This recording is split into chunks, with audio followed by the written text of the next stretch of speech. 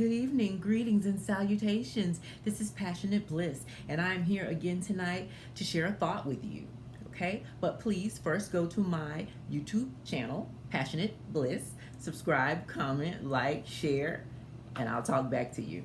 I was walking through the YouTube streets today, and I saw where your good friend and mine, Ti, was responding to his fans, I believe, in a live. And this is what he said. He was responding to the fans who criticized his trap museum because in the museum he created a throne and he put Nikki Minaj on one side and he put Cardi B on the other side. Her fans became upset, saying that this was insulting, that Cardi B doesn't write her rap. She's been in the game 2 years, that Nicki Minaj has been in the game 10 years and writes her own music, and that they should by no means share a throne, okay? And so he commented in response this way on his live, okay?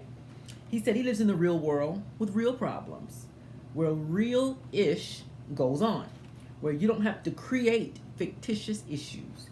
He said this only matters in your fictitious cyber world. It ain't that deep. Then he says, if you sit down with your hard-earned money and time and create an experience for others to come and enjoy, then he will stay the F out of your business and not tell you what to do in your ish. And you're not going to tell him what to do in his ish. He said this is nothingness. Okay? That's what he had to say in response. So I thought, well, that's right, because the museum that I grew up with in my town, it was free. We all came in and we would look around and see what was in there, and then we would leave. And so I said, yeah, they're criticizing a free service. So I go to the site to look at the museum to actually see the chair, the throne. Okay, and I see that it's not free. It's not free at all. Okay, to go into the Trap Museum costs $10.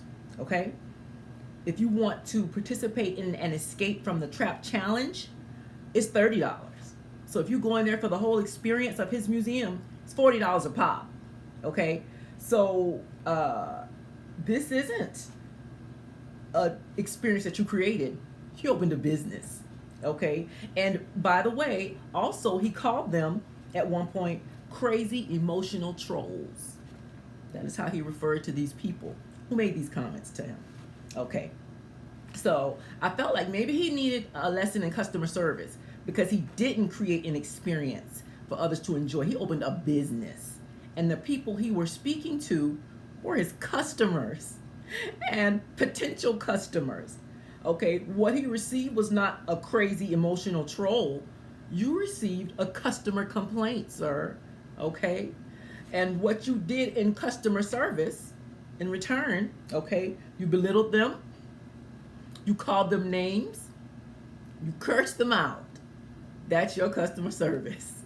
Okay, T.I., you need a lesson in customer service, okay? Now, if you went to an establishment, say it was a restaurant, okay, you didn't like the food. You call the manager out and say, listen, I didn't like this. It's not cooked well. It's not what I ordered, okay? Is the manager supposed to tell you, this is my ish? You're not going to tell me what to do? Is that what he's supposed to do in customer service? No. He's supposed to say, I'm sorry that you didn't like it. How can I fix it? Or this is what I'm going to do, or I'm going to look at it, So if that happens to me, not only do I expect him to apologize, I expect him to remove it, take it off my bill, and give me something else, because that's customer service, okay?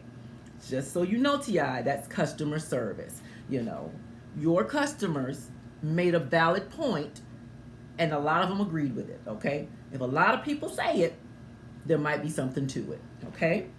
And also, they missed the point that I'll share with you as a customer complaint, not that I'm a customer, okay, in a trap house.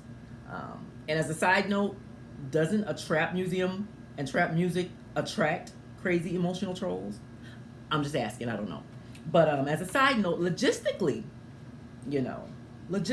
speaking, those two girls could never fit their store-bought bottoms in one throne, okay? So that would never have worked out anyway. It didn't even make sense, logistically.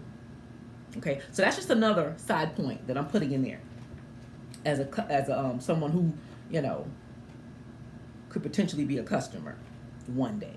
So I just wanted to point that out to you because I touched on customer service in the black community, and should we still support black businesses that show us open contempt? Should we still support black businesses that don't respect our dollars?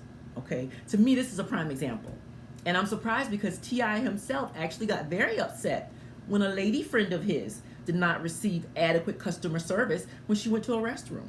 He was very upset, you know, ready to lay hands and all because of poor customer service. But apparently that's only if you're his lady friend do you get good customer service. Because when he speaks to his customers, he cusses them out. Okay? He calls them names. Crazy emotional trolls is what he calls them. Okay? Belittles them. They're not living in reality because they didn't like your product. Okay? You can't be a successful businessman and attack the people who are supposed to pay you because they complained about your product. Okay? Look at your product. That's all I'm saying.